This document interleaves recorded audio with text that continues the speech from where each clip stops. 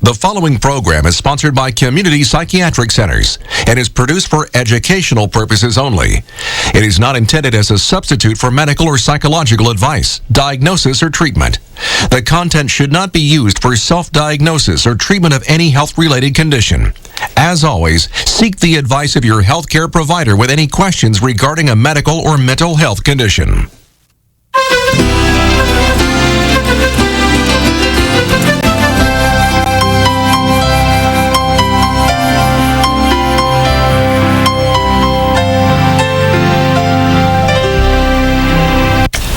Welcome to Community Psychiatric Centers Presents. Tonight, a topic that affects children at school, in their community, and online. We're talking about bullying and the devastating impact it can have on children who are victims. And we'll also look at other mental health issues in the news, but first, let's meet our experts. Dr. John Carasso is Clinical Director of Community Psychiatric Centers. He's a clinical licensed child psychologist and a certified school psychologist. And Dr. Robert Lowenstein is Medical Director of Community Psychiatric Centers. He's a board-certified child, adolescent, and adult psychiatrist and a fellow of the American Academy of Child and Adolescent Psychiatry. Good evening, gentlemen. Good evening. Dr. Lowenstein, we hear so much about children being bullied, but what exactly constitutes bullying? Well, bullying is an event that includes the intentional tormenting or harming of an individual by one or a group of other individuals. It often occurs in school. It starts among school-age children. It can include both the physical, verbal, and emotional abuse of that child, and can include such things as being physically harmed, threatened, intimidated, excluded, have rumors placed against you, and generally being excluded from the group. Usually, when it occurs in boys, it tends to include lots of physical abuse of the child, or at least intimidation. And in girls, it tends to be mostly verbal and emotional, including spreading rumors about the child that are not true, or excluding them from the group. How common, Dr. Carasso, is bullying, and who's being targeted? Sure. Well, it depends on how we define bullying, but most surveys suggest that about 1/3 of kids are involved in bullying, involved being that they are either a bully or that they are bullied. More specifically, a recent national survey of middle school kids found that 13% said that they were bullies, 11% said that they had been targeted and have been bullied at some point in their past. And about 6% went both ways. They had either been a bully at some point or targeted at some point or another. Now, of course, with the online bullying, you mentioned during intro, that makes it even more complicated. If it's any consolation to kids being bullied, it does seem that as children progress into their high school years, that bullying becomes less frequent, less intense, which is good news, but offers little support in the meantime. And who's being bullied more? Is it boys or girls? Well, it depends. It can be boys or girls. It happens in both genders. It tends to occur most frequently, though, in the middle school age population. And as children grow older into the teenage years, the bullying tends to taper off to some degree. In boys, when they tend to bully other children, other boys, it tends to be that they bully younger, maybe smaller boys who are weaker, smaller, have some kind of physical abnormality. They may be tall, they may be short, they may be fat, they may be too thin or too weak. They may stand out in some way. Children that are bullied tend to be somewhat passive, tend to be isolated, have few friends, tend to be sensitive and anxious. The bulliers tend to be the opposite. They tend to be in control. They enjoy having control and a sense of dominance over other people. They enjoy harming other people to some degree. And they tend to succeed in school somewhat better than the children that are bullied, who tend to withdraw and sometimes fail. Let's talk a little bit more about that. Dr. Crosso, what's the effect overall of bullying on children? Because we sometimes hear about it when a case makes headlines. You know, Sure. this child was bullied and then they act out. Right. And those are the extreme consequences. But clearly it's distressing for, well, especially for the child being bullied, but also for those witnessing. It's a stressful and difficult situation. Clearly results in heightened anxiety, fear responses, school avoidance, if not school refusal, social withdrawal, social isolation. All these things come together and culminate in increased episodes of depression and anxiety issues. You mentioned the violence. Of course, a child that could manifest in a child just becoming involved in a physical altercation with a bully, or upping the ante and bringing a gun or a knife or something, or turning the hostility inward in suicidal thoughts, gestures, actual suicidal attempts. So again, it's a very serious situation. Dr. Lowenstein, what about, we've been talking about the victims of bullies, but what about kids who are on the fringes, who are witnessing what's happening? What's happening to them and what's the effect? Right. The children that observe the bullying have a variety of different reactions to the event. On the one hand, they may feel anxious, not know how to deal with the violence that they're seeing. Sometimes they feel guilty because they haven't stepped in to help the child. Other times, they're drawn into the bullying themselves in order to participate in it for themselves, to avoid being bullied and be part of the group. They may later on begin to express depression over the event and tend to feel quite guilty about what's happened. The most important thing, though, is to turn these events into a positive experience, both for the child that's being bullied and for the children observing it. And that's what we need to talk about in terms of what schools can do, what parents can do to turn these kinds of events around. All right, we're going to do that specifically right after this break. We'll be talking about intervention strategies when we return. You're watching Community Psychiatric Centers Presents on PCNC. Stay with us.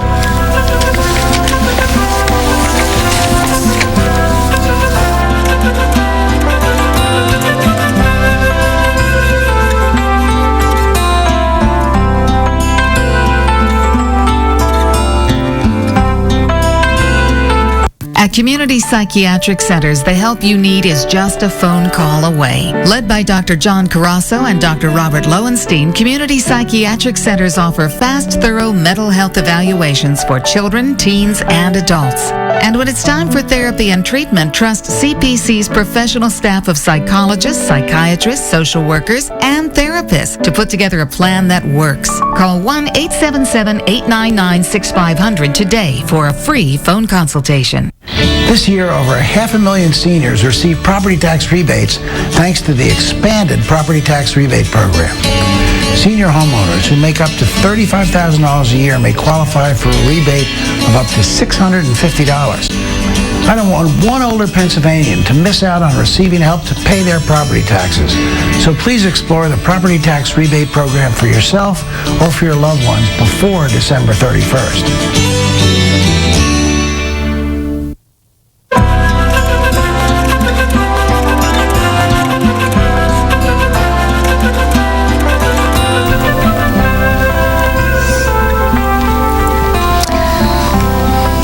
Welcome back to Community Psychiatric Centers Presents. We're talking with Dr. Robert Lowenstein and Dr. John Carasso of Community Psychiatric Centers tonight about bullying. And Dr. Lowenstein, what are some strategies that can be used, some interventions to deal with bullying?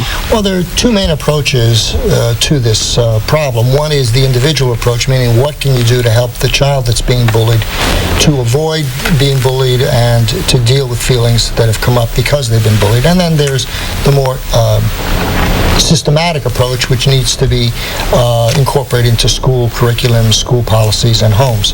In terms of the individual child, it's very important to teach the child that, number one, it's not their fault.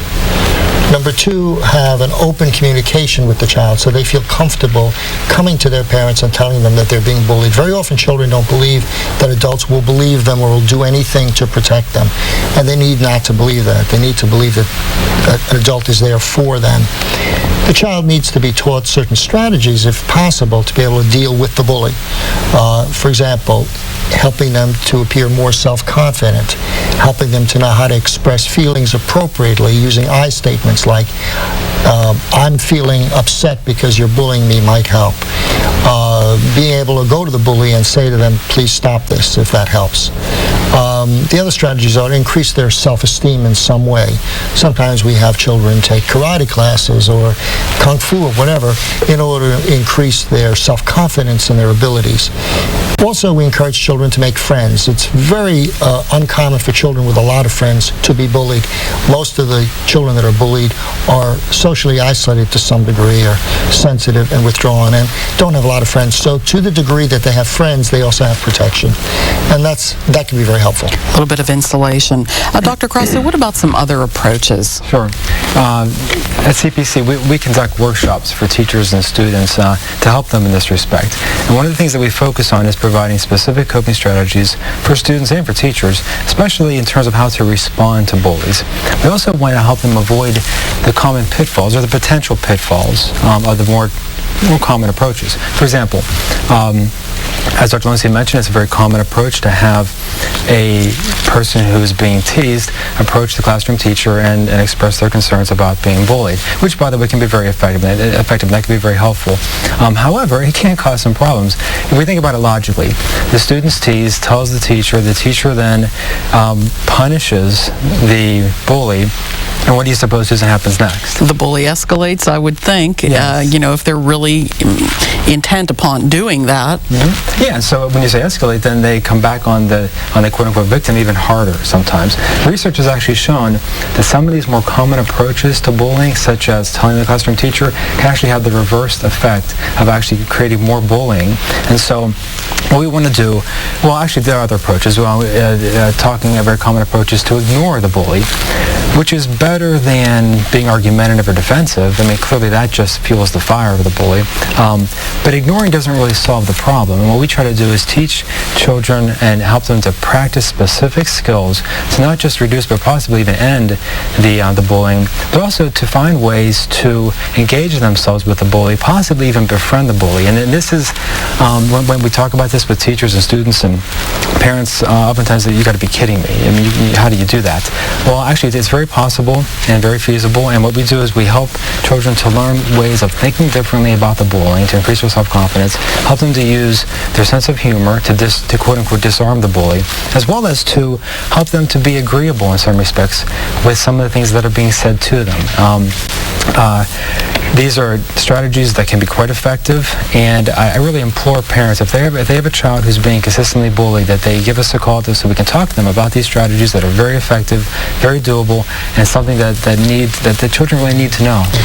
Also, the schools have to have a culture of safety and a commitment to stopping the events of bullying.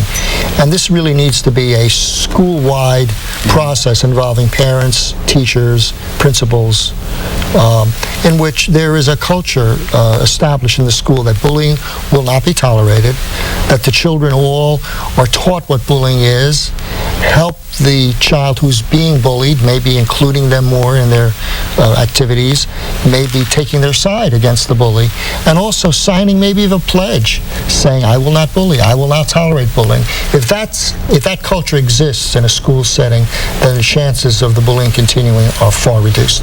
Are a lot of the kids that you see, have they been suffering for a long time, being the victim of a bully? Well, not if we catch them early, not if we can teach them these skills early on, and also work with teachers and administrative staff to help get a handle on the situation. However, we have had kids come to our practice who have been dealing with bullying for years, and they're quite distressed and quite anxious and really having a hard time, and so then we can work with them as well.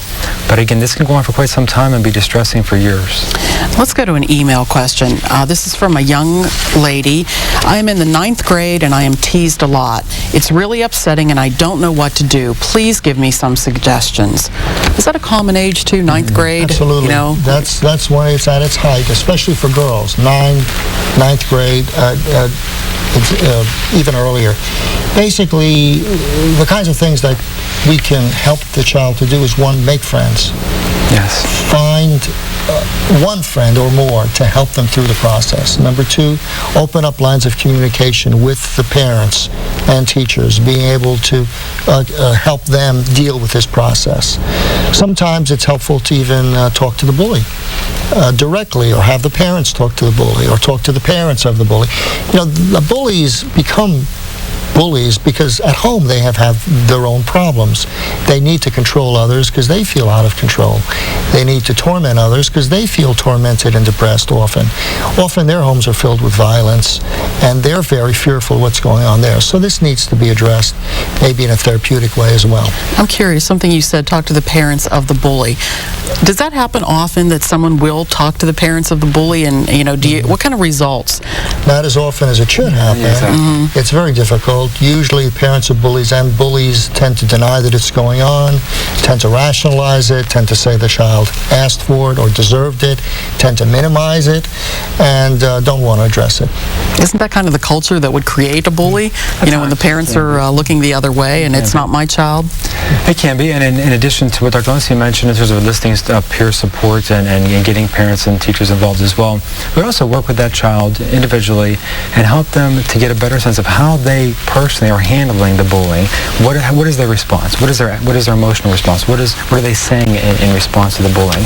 Because oftentimes we can pinpoint various ways in which they are actually facilitating increased bullying or ongoing bullying, and there's ways that we can taper their response to minimize the bullying.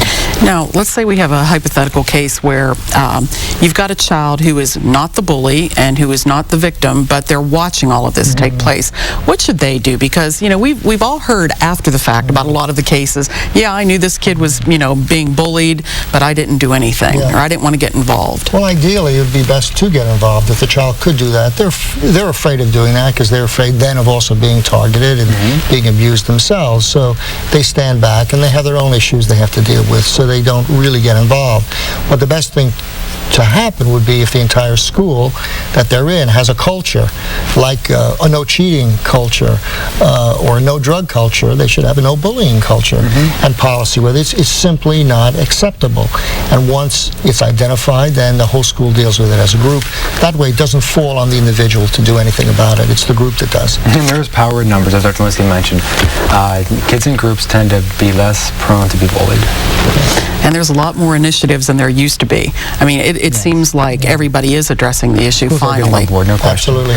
All right. When we come back, we'll take a look at some current events in the news, everything from research to recalls. So stay with us. You're watching Community Psychiatric Centers Presents on PCNC.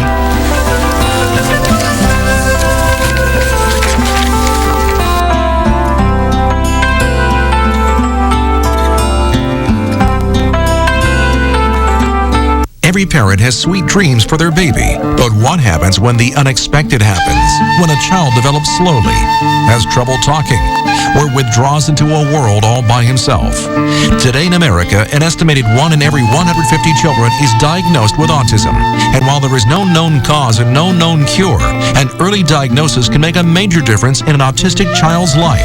At Community Psychiatric Centers, Dr. John Carasso and Dr. Robert Lowenstein have more than 50 combined years of experience diagnosing and treating many thousands of children and adolescents with autism spectrum disorders. They, along with their highly trained professional and caring staff, can evaluate, diagnose, and treat children and adolescents who may be having problems at home, in the community, or at school. If you believe your child needs help, call 1-877-899-6500 for an evaluation at one of our 11 convenient locations in southwestern Pennsylvania. Community Psychiatric Centers, connecting you, your community, your world, one family at a time.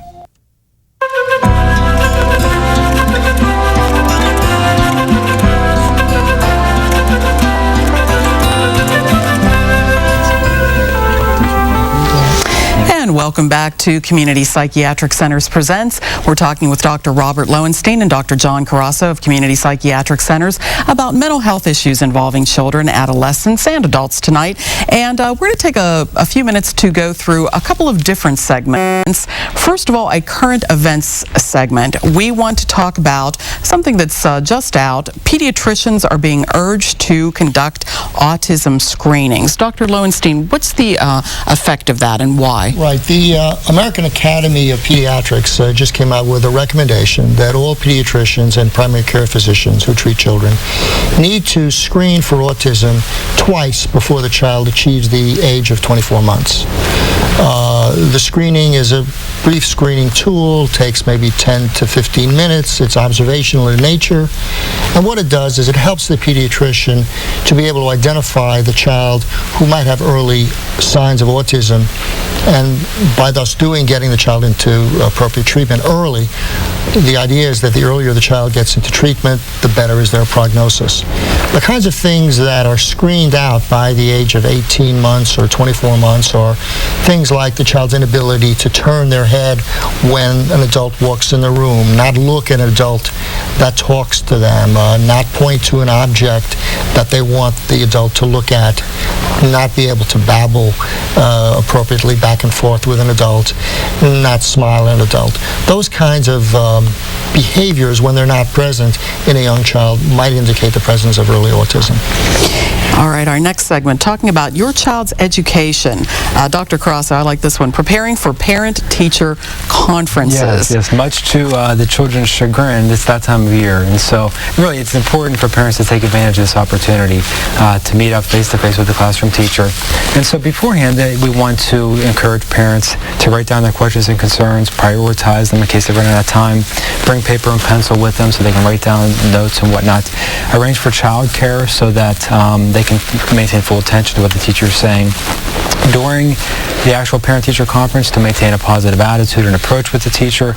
Of course, ask about how their child's doing, of course, but also in relation to the other kids in the classroom. How are they comparing? How are they doing in terms of their strengths and weaknesses, and getting a firm handle on where they're excelling, where things aren't going so smoothly, and what specifically the parent can do at home to try to measure things up. They want to talk about with the teacher how the teacher wants to be contacted, whether it be email, telephone, and how the parent can be contacted. Afterward, it's important for the parent to convey to the student how things went, to the child how things went, the strengths, things that they want to work on for the upcoming semester, and of course maintain contact with the classroom teacher thereafter. How do you minimize the stress on children who are waiting at home? What kind of report is going to happen? If they're stressed, they deserve to be stressed, I'm sure. Okay. Medication update. Recent research shows that lithium and Depakote are effective in child bipolar disorder. What's the latest on that? Where's that coming from? Well, the latest is actually, it may come as a surprise to a good many people that children can have bipolar disorder. And it's really something that all adults and parents don't always know. But children definitely can be diagnosed with bipolar disorder pretty early on in life. They present with severe signs of moodiness, aggression, irritability, insomnia, aggression, and depression. There's some recent studies have been conducted on the medications that are used for adults with bipolar disorder to see if they would also be useful in children, because these have not been approved by the FDA. So we're talking about the off-label use of medications in children that are approved in adults. And the studies have shown pretty conclusively that both Depakote and lithium are effective in the treatment of bipolar disorder in children, and that there's a better than 50-50 chance, a better than 50% to 60% chance that most of these symptoms can be improved in these children. Parents ever wonder about that, though, because there are so many concerns about the off-label uses. I mean, do you feel comfortable that enough research is done? Well, no. These are the beginning studies that are being done, and that's why they're in the news now, and clearly a parent should be concerned about the off-label use of medications. But these studies that are now being done in Canada and in the United States are the first steps in proving that these medications are both safe and effective in the use of children, and it seems to be the case. All right, when we come back, we'll take a short break. We'll be talking about more research and recalls, and remember, if you ever have a question for our doctors, you can always log on to www.cpcwecare.com. Stay with us.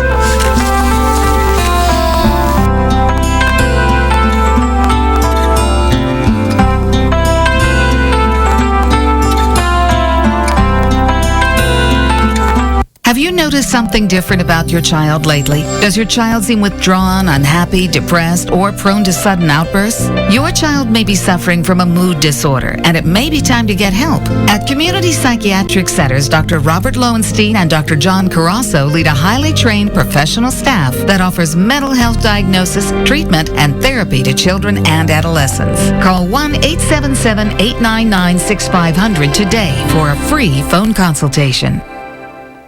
Hello, I'm Darieth Chisholm, and I'm proud to introduce you to our new champion in action, Health Hope Network. With its Stroke Survivor Connection program, Health Hope Network provides free support for stroke survivors and their families. If you're interested in volunteering or donating to this inspirational organization, go to WPXI.com and click on the Champion in Action. WPXI TV and Citizens Bank congratulate our champion in action, Health Hope Network.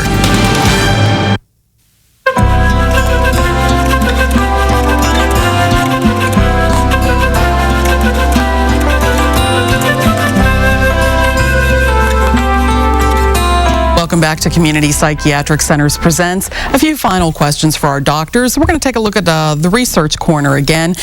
Dr. Carasso, the effect of rushing a child's development. You know, you would think that it's great to read to your child and try to speed them along and create a baby Einstein, but... Indeed.